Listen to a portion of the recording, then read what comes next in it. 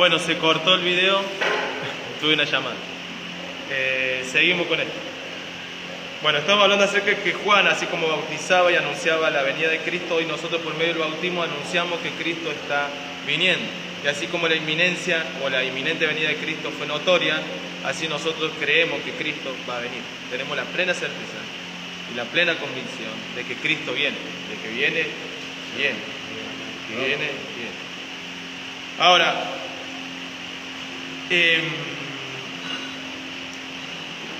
hay algo que ellos no aceptaban. Imagínense que en aquel tiempo había una circuncisión y cuando viene Juan a implementar el bautismo, y no solamente que viene a implementar el bautismo, sino que viene a decirle que todos ellos eran pecadores y no excluía a gentiles ni fariseos o publicanos, eran todos pecadores. Y Juan hablaba y decía arrepentidos y era tremendo. Entonces en aquel tiempo había una gran controversia y le decían que Juan en cierta manera estaba cometiendo herejías. Ahora, el bautismo de Juan constituyó en una invocación radical. Antes de Juan, los gentiles se convertían al judaísmo, deberían cumplir un rito de purificación, también llamado como el rito de lavamiento. Cuando aparece Juan el Bautista, Dios lo ordena también a los judíos que se arrepienten y sean lavados. El problema de ello era que los traten de la misma manera que lo trataban a los gentiles. Ese era el problema que había. Ellos creían siempre que eran más que los gentiles. Los gentiles eran como algo apartado, algo inmundo que... Claro, eran paganos. Ahora, Jesús en la Biblia nos enseña que Él se sometió voluntariamente al bautismo de Juan, incluso al frente de los profetas o los que estaban ahí, de los discípulos de Juan. Porque su papel como el Mesías era necesario que se sometiera a todos los requisitos de la ley, como le hablaba recién.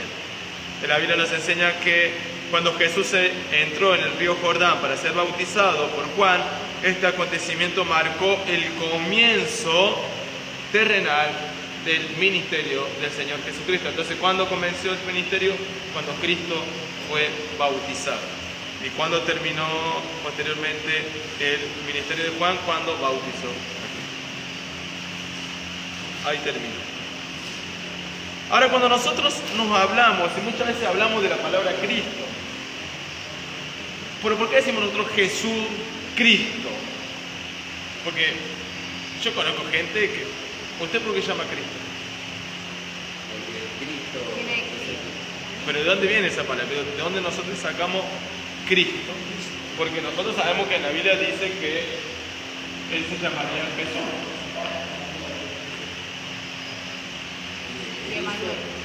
¿De dónde viene el Cristo? En el Apocalipsis está Cristo. Sí, pero imagínense que en aquel tiempo no estaba el Apocalipsis.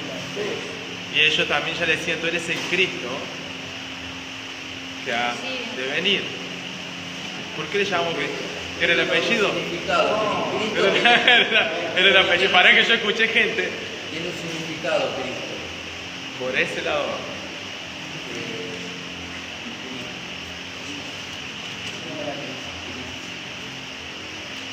¿Por qué le llamamos Cristo? Porque imagínense, nosotros decimos el nombre de Jesucristo.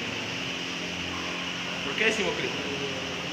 Bueno, el nombre de Jesús de Nazaret, bueno, también porque nació. Pero, ¿por qué decimos Jesucristo? Pedro también le dijo, tú eres el Cristo. Es tremendo. Yo muchas veces Cristo significa el ungido. Gloria a Dios.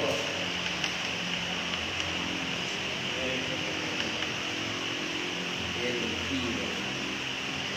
Cristo representa el ungido de Dios. Ahora, pero tiene a su vez otro significado también, porque también lo podemos hablar como el Mesías, que también representa de la manera Cristo, y Cristo representa el ungido. Entonces, cuando decían que era el Cristo que había de venir, era el ungido de Dios que había de venir. Entonces, cuando nosotros decimos Jesucristo, estamos dando a entender Jesús el ungido. Entonces, hay que empezar. Ahora, después, cuando terminemos, hoy vamos a ver los nombres que aparecen en lo que se nombra en la vida de Jesucristo y la diferencia que tiene y por qué fue puesto en determinado momento. Porque no es que se fue llamado Jesucristo por cualquier cosa. Porque si vemos el Antiguo Testamento, también hay varios nombres que se le atribuyen como Jehová Nisi, Jehová Jireh, Jehová Rafa, Jehová de los ejércitos. Cada nombre tenía en particular un significado para cierta ocasión. Ana, como hablamos justo en el culto de jóvenes, Ana decía Jehová de los ejércitos, y el decir Jehová de los ejércitos tenía un significado, un trasfondo tremendo, tremendo. Y Elohim. Imagínense que fue el mismo que lo que citó David cuando dijo que Jehová de los ejércitos. Y Ana en una oración citó la misma palabra, entonces es tremendo. Ahora, en el libro de Isaías capítulo 61, verso 1, ese lo conocemos como ¿qué? ¿Qué hizo Cristo en su primera 61.1? Él cuando entró en la sinagoga Y abrió el Espíritu de Dios está sobre mí por cuanto me ungió.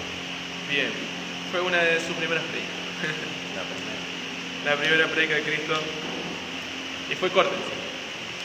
Él leyó: el Espíritu de Jehová, el Señor, está sobre mí, porque me ungió Jehová y me ha enviado a predicar buenas nuevas a los abatidos. Y dijo: esta escritura se ha cumplido hoy. Oh, Leyó la Torá. tremendo, tremendo. Fue corta la predica. Vamos al resumen.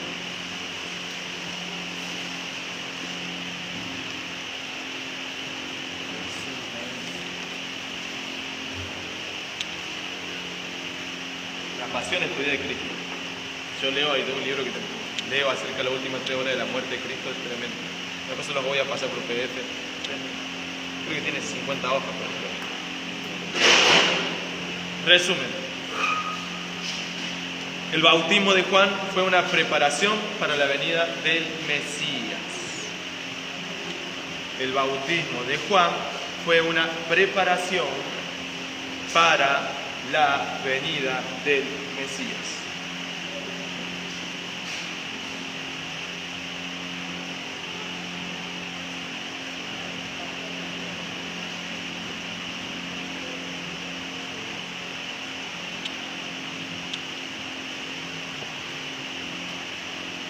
Otro más, vamos a poner: Jesús fue ordenado o ungido en su bautismo.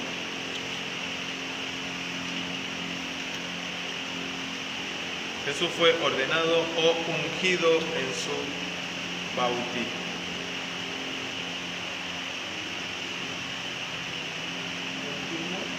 Bautismo. Vamos a poner Isaías 43,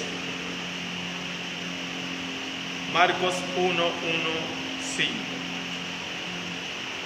Isaías 43 y Marcos capítulo 1, verso 1 al verso 5.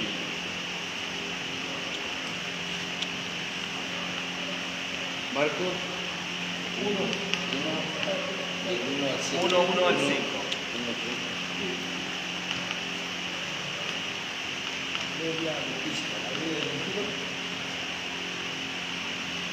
Bien, vean, ya le quedó grabado el significado de Cristo. Porque parecen pequeñas cosas, pero a veces nos pasan por alto, solamente las repetimos por repetir, pero no sabemos ni el significado.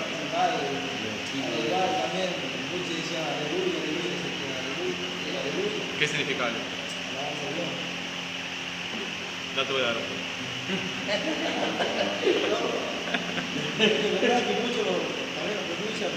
O con amén, amén que Amén. así sea. Bueno, aparece la palabra Selah en la Biblia, entre salmo y salmo. Una pausa, un silencio. O Rajem. Eso no era así. Misericordia. Misericordia. Eso se lo reveló ni carne ni sangre, eso fue allá arriba. La gloria de Cristo. Esto es muy lindo el tema este. Cuando solemos pensar en la palabra gloria, ¿qué se le viene a la mente? La gloria. Lo sumo. Esplendor, bien. Incomparable. Comparable. Poder comparable. Poder. Sublime. Sublime. Bien. Por ejemplo, nosotros vemos que quizás muchas veces en la televisión o en los partidos de fútbol, en la Copa, ¿cómo se llama esta? El mundo, No, la otra Copa. la América, Champions League, No, la UEFA, no, la no. Liga. Hay una copa que dice la gloria eterna. ¿Cómo se llama esto? Libertadores. Usted ve que dice ahí hacia la gloria eterna. No tiene nada que ver con la gloria de Cristo, en cierta manera, sino que imagínense por qué utilizan el término la gloria, el término en sí mismo de gloria. Puede ser por logros o por la fama en sí mismo personal, la fama eterna, el renombre eterno. Algo que quizás nunca se olvidará. Ahora, cuando vamos a la Biblia, sin embargo, está relacionada con el fulgor radiante.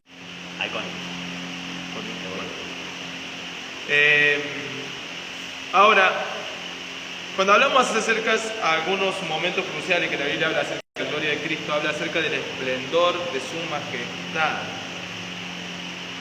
Es posible que la gloria de Cristo no haya sido más evidente de lo que fue en su transfiguración. Hay un pasaje que nosotros leemos en la Biblia y es acerca de la transfiguración, ¿se acuerdan? Cuando Él se presentó y ¿quién se había presentado en la transfiguración? Con Jacobo y Juan. Jacobo y Juan. Ahora, cuando habla acerca de la transfiguración, hay una palabra griega que se la voy a anotar acá. En esa Que palabra, nosotros la conocemos, sí, de cierta manera. Se llama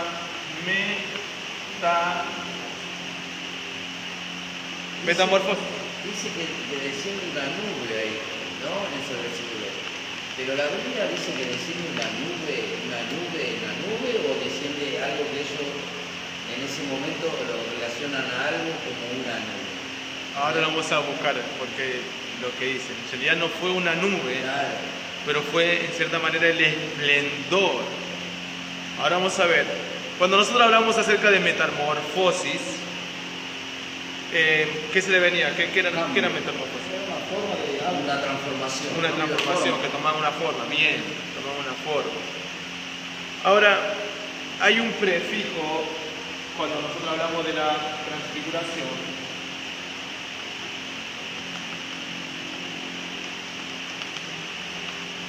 Hay un prefijo acá, en la parte trans, que significa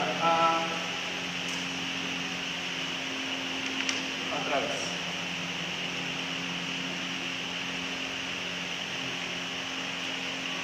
Y cuando vemos el pasaje bíblico de la transfiguración, hubo un límite que fue traspuesto de lo,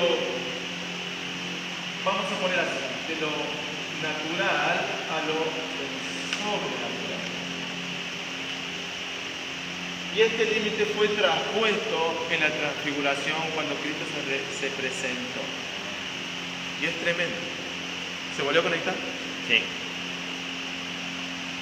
Ahora, vemos en la transfiguración que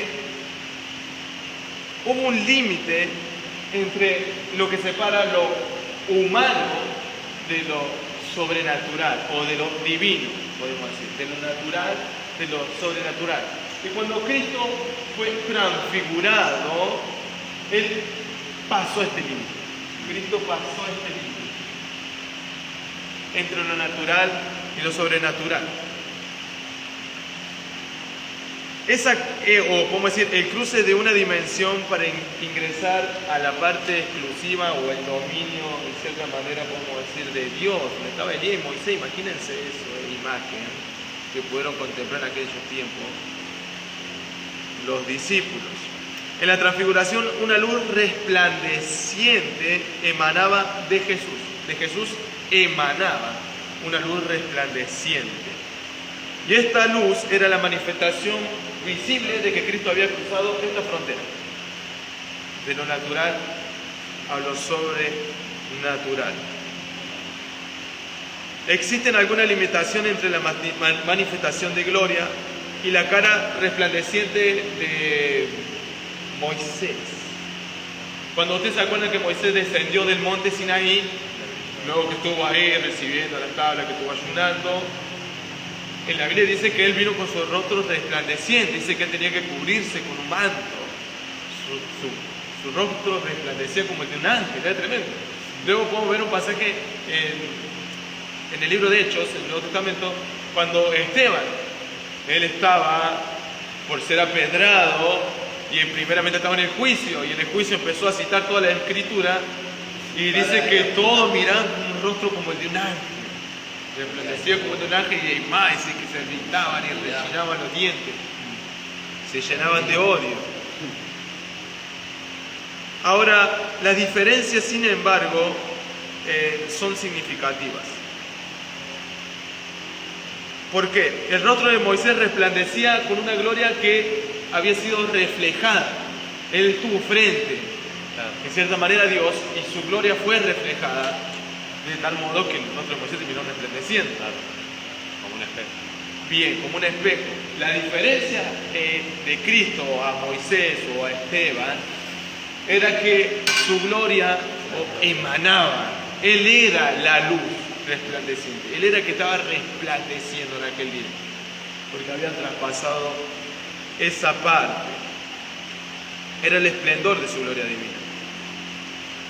Ahora, Cristo entonces no reflejaba la luz, sino que Él era la fuente de la luz.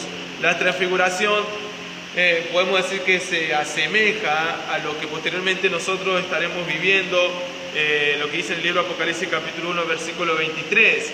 Dice que habrá una ciudad santa, la cual no tendrá necesidad ni de sol ni de luna para ser iluminada, sino que dice que será iluminada por la gloria de Dios, por el mismo resplandor y esplendor será iluminada toda esa ciudad, imagínense.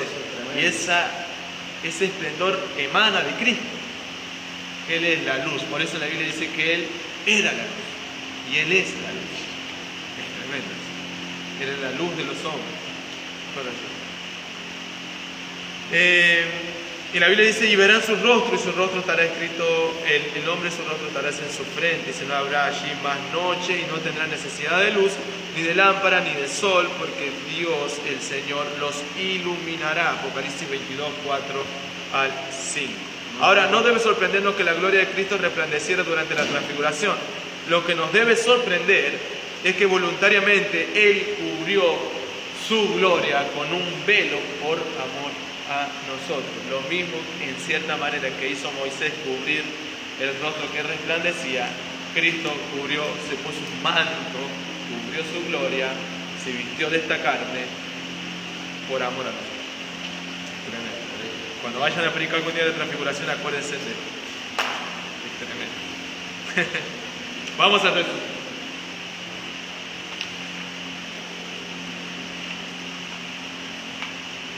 Vamos a poner la gloria de Cristo. La gloria de Cristo fue revelada en ocasión de su transfiguración. De su transfiguración.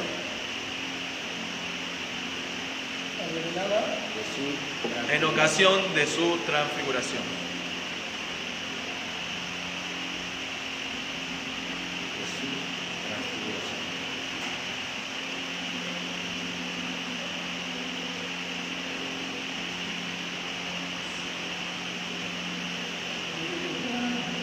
Vamos a poner el último. La gloria de Cristo no es simplemente el reflejo.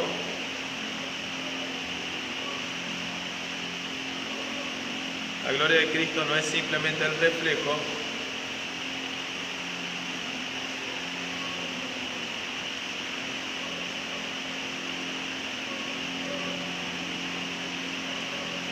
sino que es la propia gloria de Dios, sino que es la propia gloria de Dios.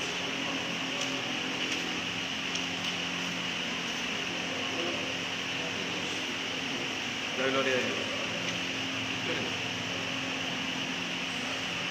8 y 20. Ahora voy a empezar con 7 y 20. Vamos a la ascensión de Cristo.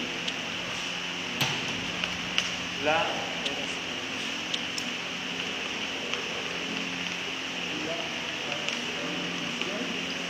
ascensión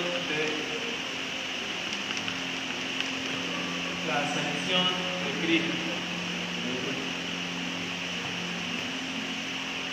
Es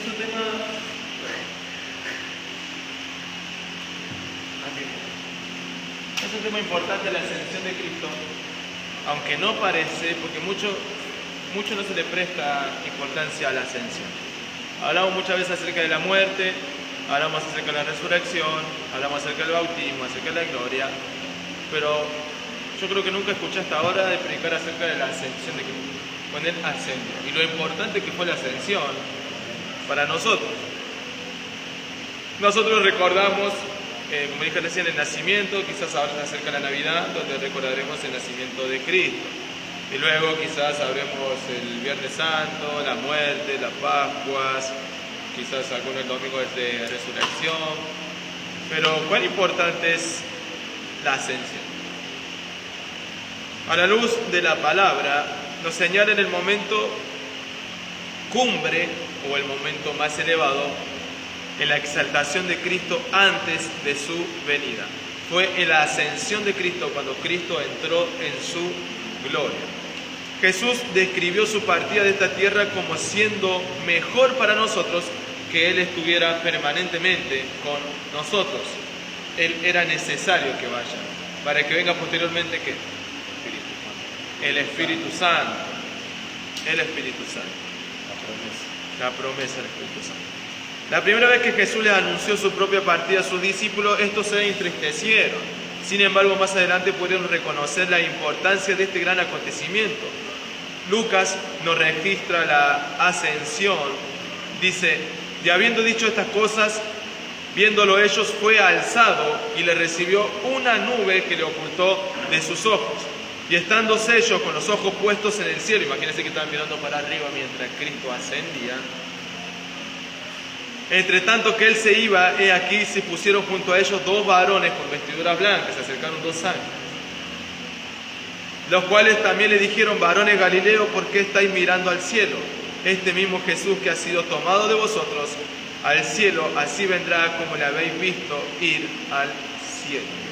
Es tremendo, imagínense Cristo ascendiendo junto con todos sus discípulos, mirándolo cómo subía y que traspasaba las nubes y las nubes cubriéndolo.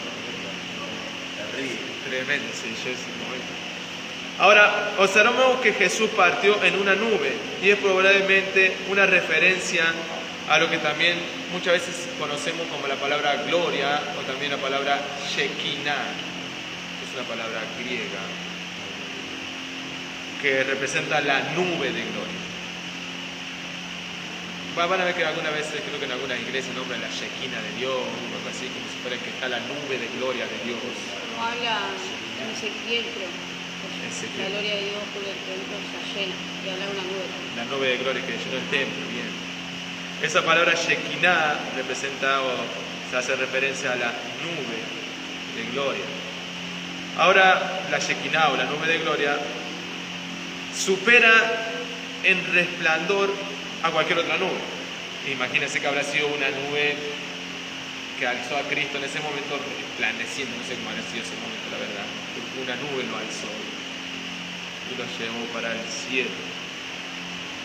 Esta manifestación visible de la gloria esplendorosa de Dios, por lo tanto, de la manera de la partida de Jesús, no fue para nada ordinaria. Fue un momento asombroso, un momento donde pudieron ver sus discípulos el esplendor, la majestad. Ahora, ascender significa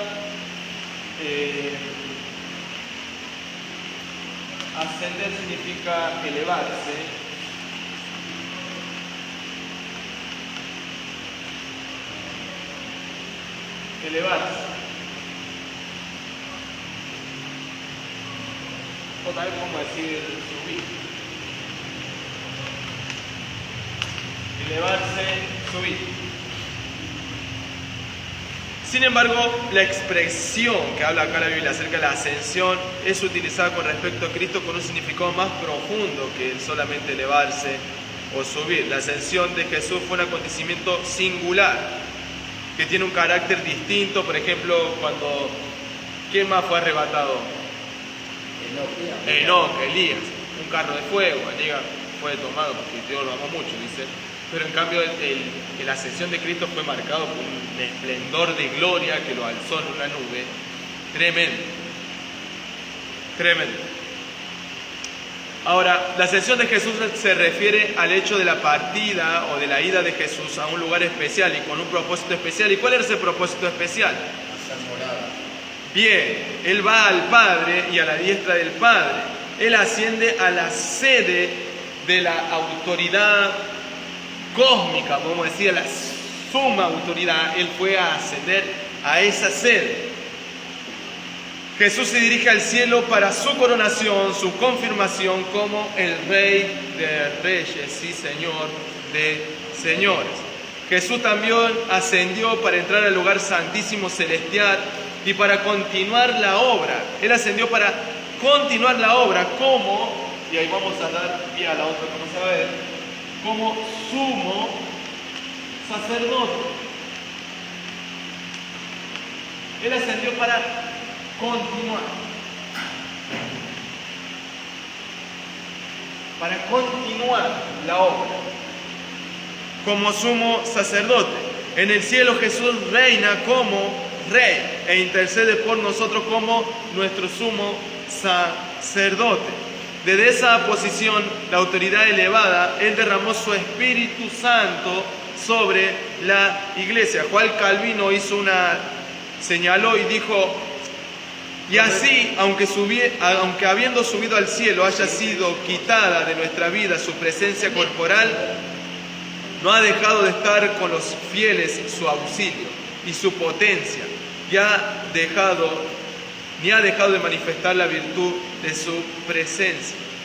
Es tremendo lo que dice Juan Calvino, que aunque habiendo subido al cielo, no fue y haya quitado quizá de nuestra vida su presencia corporal, no ha dejado de estar con nosotros su fiel auxilio, ni ha dejado de manifestar la virtud de su presencia. Cuando Jesús ascendió al cielo para su coronación como el Rey de Reyes, la Biblia relata que Él se sentó a la diestra de Dios, a la sede de la autoridad suprema.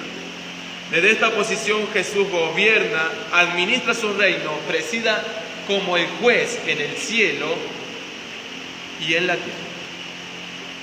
A la diestra del Padre Jesús ocupa la posición como cabeza de su cuerpo. ¿Y cuál es su cuerpo? La iglesia. Pero en esta posición la autoridad y la jurisdicción o la administración de su gobierno se extiende más allá de la esfera en sí mismo de su iglesia. ¿Y alcanza a dónde? A todo el mundo. O sea, Cristo de cierta manera reina sobre todo, no solamente sobre su iglesia. Aunque es posible distinguir a la iglesia y el Estado dentro del dominio de Jesús, estas nunca están separadas o divorciadas. Su autoridad se extiende a ambas. Todos los gobernantes de este mundo deberían rendirles cuentas a Él y serán juzgados por Él en su función como el Rey de Reyes y Señor de Señores. Todas las autoridades, algún día la Biblia dice que todos compadeceremos ante el tribunal ¿de quién? De Cristo. Y Él será el juez en aquel día y estará juzgando en aquel día. Todas las personas en el cielo y la tierra han sido llamadas por Dios para reverenciar la majestad de Jesús, para ser gobernadas por su mano, para rendirle homenaje debido y para someterse a su poder. Todas las personas finalmente deberían pararse delante de Jesús cuando Él se siente en el juicio final. Y ahí es donde la Biblia señala que toda boca confesará y toda rodilla se doblará delante de Él. Nadie negará que Jesucristo es el Rey de Reyes en aquel día. Jesús tiene la autoridad para derramar su Espíritu Santo sobre la iglesia, pero Jesús derramó su Espíritu recién después que Él había ascendido y posteriormente se había sentado a la diestra de Dios. El Espíritu ejerce su ministerio en subordinación al Padre y al Hijo, no en obligación y en inferioridad en cierta manera, sino como alguien que quiera hacerlo, alguien que anhela hacerlo. Mientras está sentado a la diestra de Dios, Jesús ejerce su papel como Rey de Reyes y asimismo cumple su papel como el juez cósmico, juez de la autoridad suprema. Él es el juez sobre todas las naciones y sobre todos los pueblos. Aunque Jesús es nuestro juez, el Padre también lo ha nombrado como nuestro abogado también. No es solamente nuestro juez, es también nuestro abogado. Que la va a defender. Imagínense, los tiene que jugar y a su vez los vaya a defender. Por eso dice que Él hizo todo por nosotros. Nosotros es esa mano. Que a ver si está bien. Este es el abogado del padre, no es el juez, no es el padre. Ahora vamos a ver por qué. Es el mismo, ¿no? Pero son distintas personas dentro de la deidad. Son Jehová diferentes el que deidades. juzga y Jesús el que aboga nuestra causa, como diciendo, el pecador es carne, ¿ves? Tener paciencia. Claro. Ahora hay que pensar que, imagínate que el juzgado no es como nosotros tenemos pensado, de cierta manera, como acá en la tierra. En aquel día, Él será nuestro juez, y ahora vamos a ver que no solamente será nuestro juez, será nuestro abogado, nuestro sacerdote, y posteriormente será aquel que es el que paga nuestra fianza. Todo. Cristo, el Espíritu Santo de Jehová es uno solo. Uno, tres en persona, uno en esencia, uno y tres. Pero cuando estemos en aquel día, Él estará para jugarnos. Pero ahora hay algo muy importante en esto, lo que vos estás diciendo. Porque hay un pasaje en la Biblia que dice que nosotros ya no seremos, ¿qué dice en la Biblia? No seremos Juzgados. De cierta manera, los que están en Cristo, no hay ninguna condenación para los que están en Cristo. entonces lo que estén Aquellos no andan conforme a la carne, sino conforme al Espíritu. Ahora, eso es muy importante porque ahí hay una división tremenda. Porque si nosotros decimos que nosotros también vamos a ser juzgados juntamente con las personas impías de todo que están ahí afuera, estamos haciendo vano en cierta manera el sacrificio de Cristo. Si nosotros estaremos haciendo vano en cierta manera también la justificación de Cristo. No solamente el sacrificio, sino la justificación, que Él sería nuestro abogado y posteriormente también sería nuestro juez.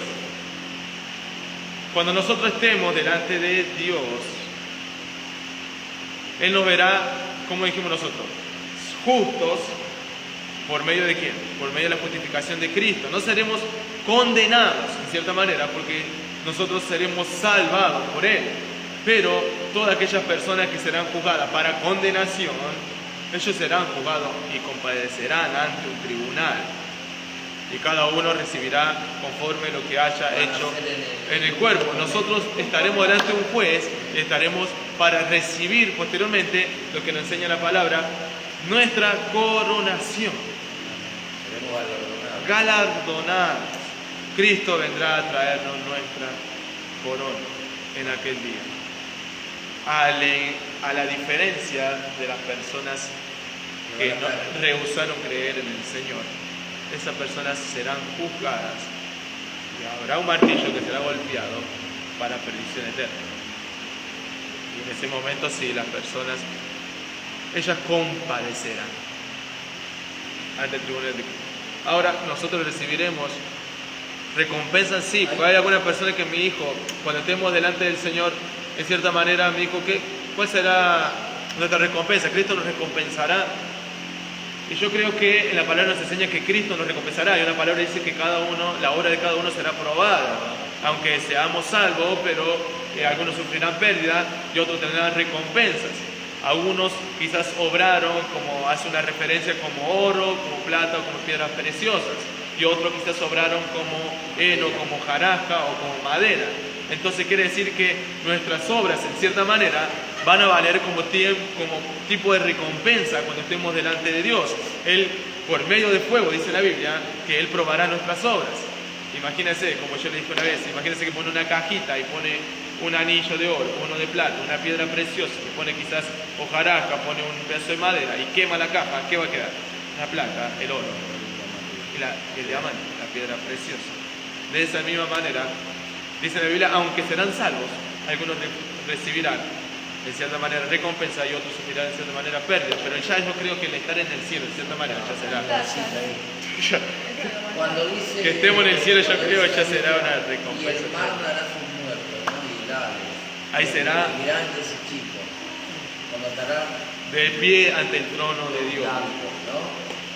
Ahí ahí. Cuando habla del mar que dará su muestro, hace referencia al Sion, a la parte profunda de la tierra, dando a entender que todos los que han muertos en incredulidad, sin Cristo, ellos también serán juzgados. Y la Biblia dice que grandes y chicos, despierten. Y los libros serán abiertos, dice la Biblia, en aquel día. El uno es el libro de la vida, y el otro también se lo conoce como, en cierta manera, el libro de las obras. Será tremendo. Ahora vamos a ver lo que hablaba de por qué será nuestro abogado, y la misma estará juzgando nuestra causa. No solamente abogará nuestra causa, sino que juzgará nuestra causa. Aunque Jesús es nuestro juez, el Padre también lo ha nombrado nuestro abogado, nuestro defensor. En el juicio final, nuestro defensor de oficio será el mismo juez que presida. Podemos activar la intercesión de Jesús por sus santos en el martirio de Esteban. En la Biblia dice en Hechos 7, 55 al 56, pero Esteban, lleno del Espíritu Santo, puesto los ojos en el cielo, vio la gloria de Dios y a Jesús que estaba a la diestra de Dios, y dijo: he aquí, veo los cielos abiertos y al Hijo del Hombre que está a la diestra de Dios. Qué tremenda visión que tuvo Esteban. Qué tremenda visión que tuvo mientras la pedraba.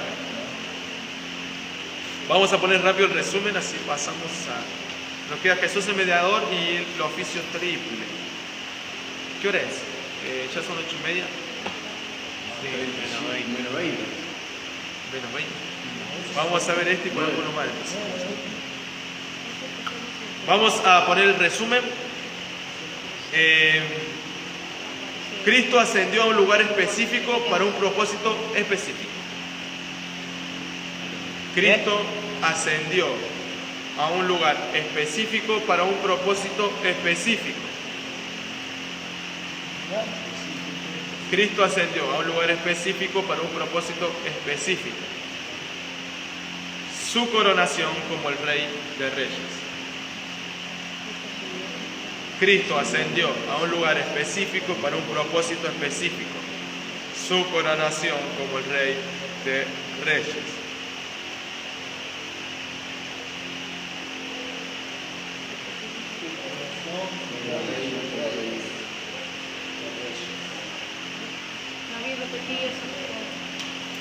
Cristo ascendió a un lugar específico para un propósito específico. Su coronación como el Rey de Reyes. Vamos a ver uno más. Quiero ver esto. Ya pasamos a la prueba. Uno más, vamos a poner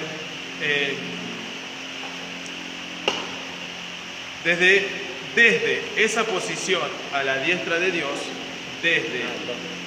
otro punto, desde esa posición a la diestra de Dios,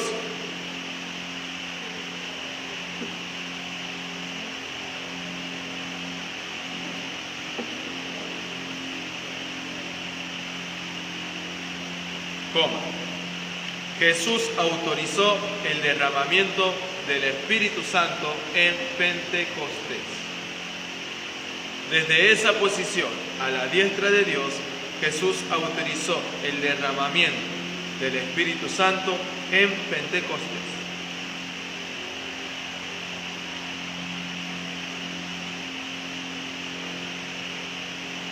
Un puntito más. En su posición de autoridad,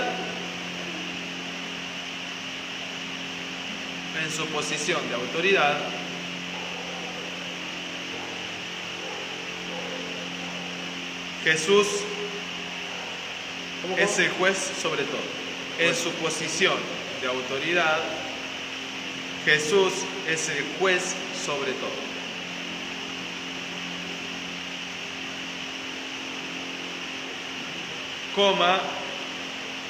Jesús también es el abogado defensor de su pueblo.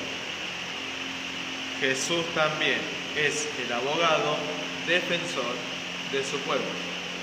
En su posición de autoridad, Jesús es el juez sobre todo, Jesús también es el abogado o defensor de su pueblo. Vamos a ver un tema más y ya cerramos. Nos van a quedar 2 temitas nomás para la clase que viene. ¿La voz en qué terminaba?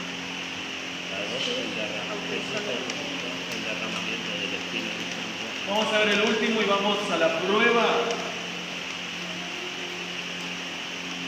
Esto creo que considero muy importante. Se llama el oficio triple de Cristo. El oficio triple de Cristo. Cuando hablamos del oficio triple de Cristo, no es que Cristo era carpintero, albañil y electricista, por favor, se lo voy a traer. Cuando hablamos del oficio triple de Cristo en cuanto a la palabra del Señor,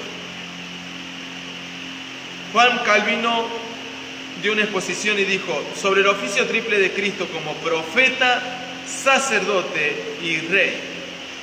Cuando hablamos del oficio triple, hablamos de el profeta, sacerdote y rey.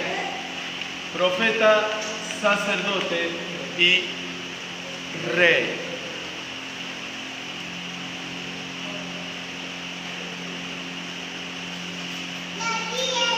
Ahora, cuando vemos en la palabra del Señor, como el profeta de Dios por excelencia, Jesús fue el objeto y el sujeto de la profecía. El objeto y el sujeto de la profecía. Jesús fue el objeto y el sujeto de la profecía. Su persona y su obra son el punto focal de la profecía del Antiguo Testamento. Todo lo que estaba profetizado, en cierta manera, apuntaba a Cristo. Toda la profecía del Antiguo Testamento apuntaban siempre, en cierta manera, hacia Él. Pero Él mismo también fue un profeta en el reino de Dios, y el papel de Jesús desempeñaría dentro de dicho reino venidero son temas principales para las afirmaciones proféticas de Jesús. La función principal de un profeta, ¿qué era? Nosotros dijimos, ¿cuál era la función principal de un profeta? Mensajero. Bien, pero ¿qué traía el profeta? Mensajero de Dios. Transmitía un mensaje de Dios, la palabra de Dios. Ahora, Jesús transmitió la palabra de Dios. Y no solamente que Él transmitió y trajo la palabra de Dios, sino que Él era la palabra de Dios. Él era la palabra de Dios. Jesús fue el profeta de Dios supremo, siendo la palabra de Dios hecha carne. El verbo era con Dios. Era el sujeto, verbo. El profeta. Ahora, el profeta del Antiguo Testamento era una clase de mediador entre Dios y los hombres. Ahora vamos a ver que el profeta, de cierta manera, era un mediador. Mediador. Era un mediador entre Dios y los hombres. El profeta en el Antiguo Testamento podemos ver que Dios le daba un mensaje y posteriormente Él lo entregaba, por ejemplo, al pueblo de Israel. Hablaba al pueblo como representante de Dios. Ahora, el sacerdote hablaba a Dios como representante también del pueblo. Podemos decir que también era un mediador entre Dios y los hombres. Jesucristo también en la Biblia nos enseña que Él cumplió el papel del sumo sacerdote. Los sacerdotes del Antiguo Testamento ofrecían sacrificios regularmente, pero en la Biblia nos enseña que Jesucristo se ofreció como un sacrificio eterno. Él mismo fue el sacerdote y a su misma vez fue el sacrificio que se ofreció. Tremendo. No es solamente que era el profeta y era la profecía. Era todo. No es que solamente Él traía la palabra, era la palabra. No es que solamente era el sacerdote, era la expiación que también ofrecía el sacerdote. Una vez y para siempre. La ofrenda de Jesús al Padre consistió en el sacrificio de sí mismo. Él era la ofrenda y también era el que ofrendaba. Él era la ofrenda y el que ofrendaba. Y no solo era el rey, sino que también era el pueblo, porque hizo la voluntad de su padre. Ahora vamos a ver justamente eso. Mientras que en el Antiguo Testamento los oficios mediadores de profeta y sacerdote y rey, cada uno dentro, en el Antiguo Testamento, eran tomados como mediadores entre Dios y los hombres. Dios daba un mensaje por los profetas, ellos los mediadores, y posteriormente lo transmitían a los hombres. Asimismo los sacerdotes y asimismo los reyes. Eran ejercitados por individuos o personas. Jesús cumplió la profecía mesiánica del Salmo 110. Si quiere después leerlo en su casa, es un tremendo salmo. Anótenlo, Salmo 110. Él cumplió toda esa profecía que se arma en el Salmo 110. Él es el descendiente de David y el Señor de David. Él vino de David. En un momento, ¿no se acuerdan en el Nuevo Testamento cuando le decían hijo de David? En un momento, y habla acerca de, dicen hijo de David. En la Biblia nos enseña que Él es el Señor. Él es el sacerdote que también es el rey. Él es el cordero que es sacrificado, pero también en la Biblia lo describe como el león de la tribu de Judá. No solamente fue el cordero, sino también fue y es el león. Él vino como cordero, ¿no? Y rige como león. Y ahora cuando viene como león. Rige como león. Es tremendo. Como león de la tribu de Judá.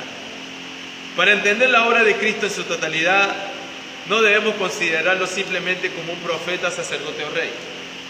Todos estos tres oficios fueron perfectamente cumplidos por Él, a su perfección. Jesús fue el sacerdote y el sacrificio. Como el sacerdote, Él se ofreció a sí mismo como el sacrificio perfecto por el pecado. Jesucristo es el rey y a sí mismo también fue parte del pueblo. Y en cierta manera, Él es el Señor de los señores. Vamos a anotar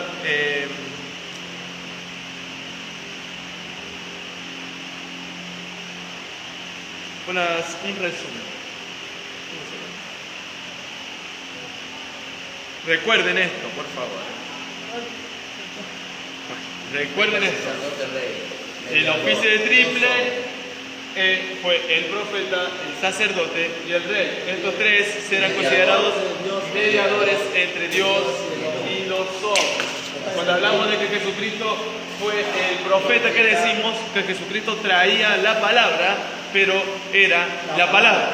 Cuando decimos que Jesucristo era el sacerdote, Jesucristo era el que ofrecía el sacrificio y a su misma vez era el sacrificio, el que ofrendaba y la ofrenda. Si quieren ponerlo de forma. Y cuando hablamos de que el Señor era el rey de reyes, también en la Biblia nos enseña que Él era el Señor de los señores. Recuerden esto, por favor. Profeta, sacerdote rey. Vamos a poner el profeta, 2 puntos. Así ya le queda. Profeta, 2 puntos. Traía la palabra y era la palabra. Profeta, 2 puntos. Traía la palabra. Traía la palabra y era la palabra.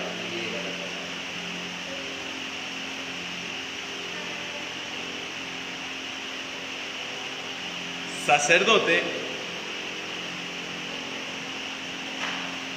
fue el sacerdote y el sacrificio.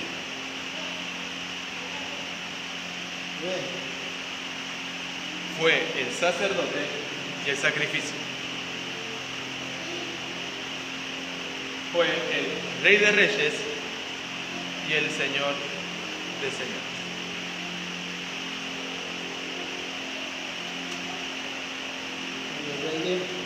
Y señor de señores. Punto corto. No hay difícil, estamos muy bien. El señor de señores. Sí, está bien. Algo que le explico rápido. Cuando nosotros dijimos que Jesucristo es nuestro mediador, porque Jesús es nuestro mediador. Cuando hablamos acerca de la mediación o de mediador, hablamos en cierta manera de un ejemplo. Tengo problemas, no sé, con mi hermano Lucas y le voy a pedir que el hermano Leo haga una mediación entre nosotros a fin de que lleguemos a un acuerdo y ya no estemos más en conflicto. Cuando hablamos de mediador, Jesucristo hizo eso en cierta manera. El hombre se encontraba apartado. La Biblia, el libro de Romanos, nos enseña que nosotros nos encontramos siendo enemigos de Dios. Y cuando vino Jesucristo, Él vino como un mediador. ¿Para qué? Para reconciliarnos nuevamente con el Padre, el cual nosotros estábamos enemistados, apartados, ajenos totalmente a su presencia por causa del pecado. Entonces, cuando vino Cristo como nuestro mediador, ejerciendo los tres oficios, como el profeta, el sacerdote y el rey, Él vino para que nosotros posteriormente volvamos a tener la comunión con el Padre. Cuando Cristo muere en la cruz del Calvario, en la Biblia dice que el velo se rasgó, y ese velo era el que dividía el lugar santo y el lugar santísimo.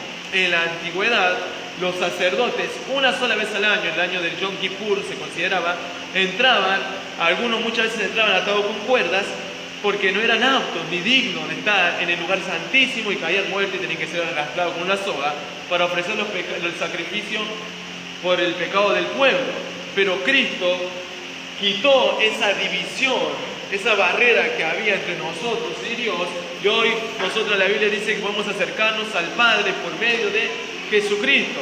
Juan capítulo 14, verso 6, yo soy el camino, la verdad y la vida, y nadie viene al Padre si no es por mí. Jesucristo es ese puente, esa mediación entre Dios y los hombres. ¿Cuál es ese versículo, hermano? Juan 14, 6. Él es el puente, la mediación, el mediador entre Dios y los hombres, para que esta parte que estaban enemistadas por el pecado sean reconciliadas nuevamente por medio del sacrificio de Jesucristo de Nazaret. Vamos a poner eso nomás debajo, otro resumen más.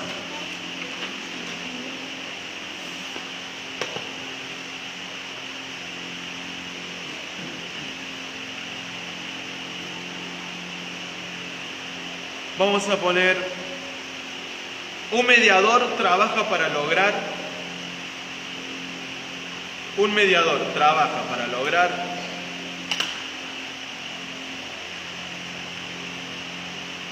la reconciliación entre dos partes alejadas. Un mediador trabaja para lograr la reconciliación entre dos partes alejadas.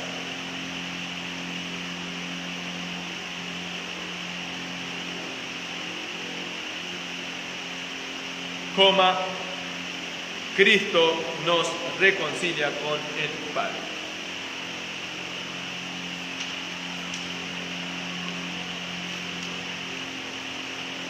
Un mediador trabaja para lograr la reconciliación entre dos partes alejadas, y Cristo nos reconcilia con el Padre. Punto aparte, vamos a pasar a la prueba. Hasta acá llegamos. La clase que nos van a quedar los títulos de Jesús, que eso lo vamos a estar viendo, que también es muy importante los títulos de Jesús. Y ya terminaríamos con esta parte y pasaríamos a lo que es Espíritu Santo, regeneración, obra, iluminación, santificación, todo acerca del Espíritu Santo. Bueno, vamos a borrar esto. Recuerden esto: profeta, sacerdote, rey. Dios fue un mediador. ¿Un mediador quién era? El que reconciliaba dos partes alejadas. Él fue el que nos reconcilió delante de Dios. Después, ¿alguien más quiere leer otro resumen, el anterior?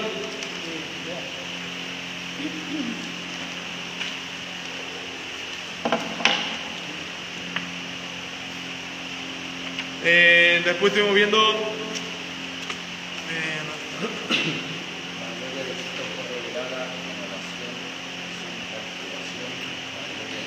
bien, la gloria de Cristo fue revelada ¿en dónde?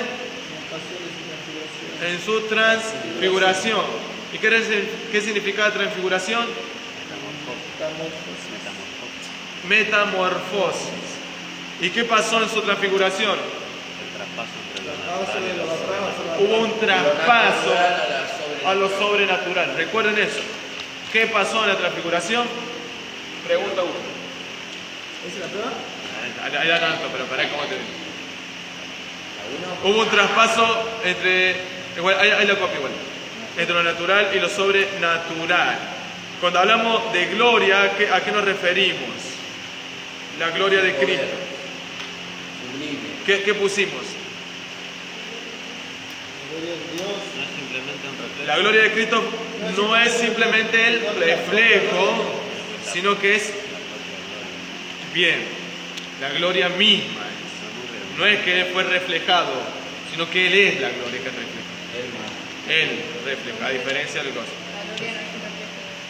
Él es, en cierta manera, no es que Él fue reflejado por gloria, Él es que refleja la gloria. Sale de él. Por eso pusimos la gloria de Cristo, no es simplemente el reflejo de la gloria, sino que es la propia gloria de Dios, en el sentido, El versículo cuando Él dice, refleja la gloria, claro, no que Él fue reflejado en gloria, en cierta manera. que no va a haber luna ni sol. Él mismo. Él es la luz en aquel tiempo y va a ser, y es en este tiempo también.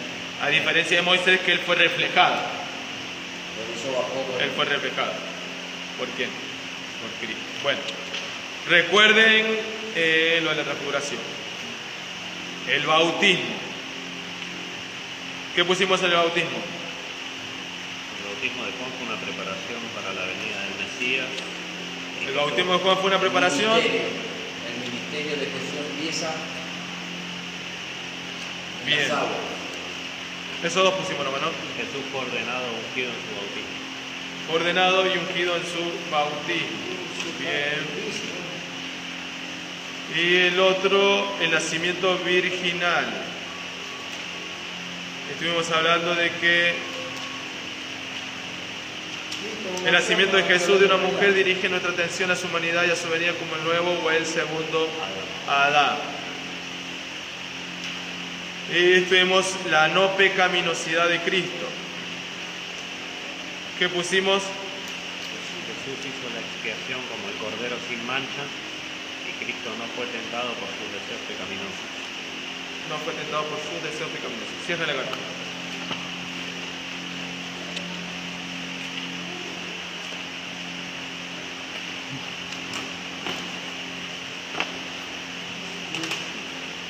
Uno.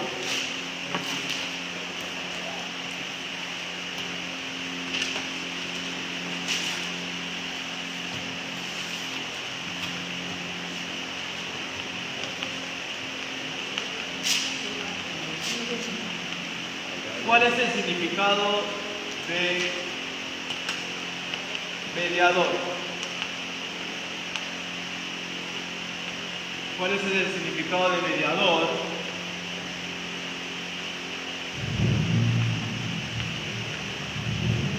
¿Y quién fue nuestro mediador? ¿Y quién fue? Nuestro mediador.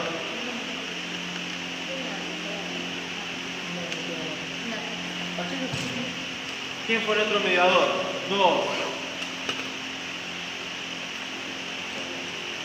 ¿Qué significa transfiguración?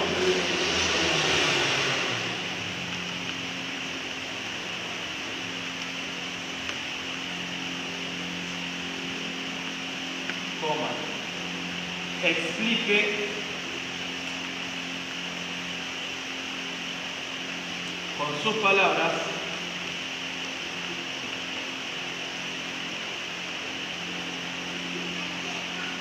lo sucedido.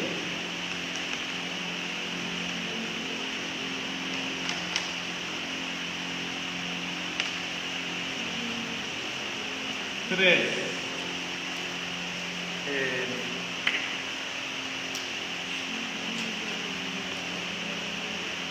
¿Cuáles son los oficios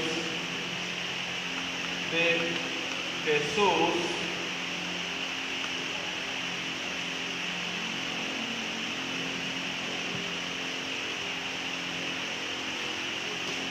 describa sus funciones.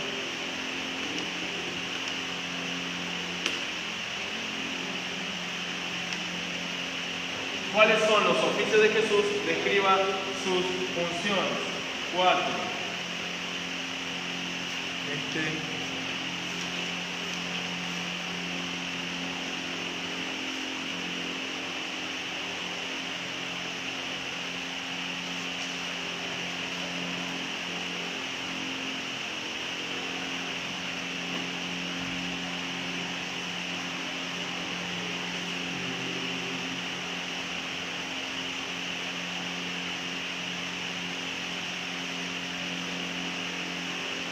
Con respecto a la ascensión,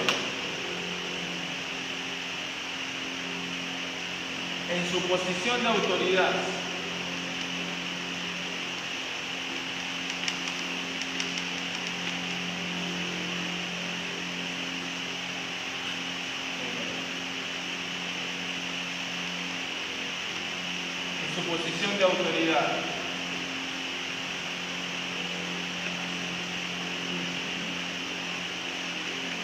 Cristo es, y rellenen lo que es Cristo en su posición de autoridad. Recuerden que este tema es en base a la ascensión.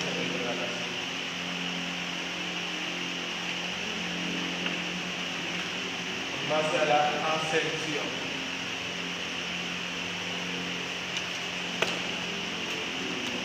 ¿Cuál es el significado de mediador? ¿Quién fue?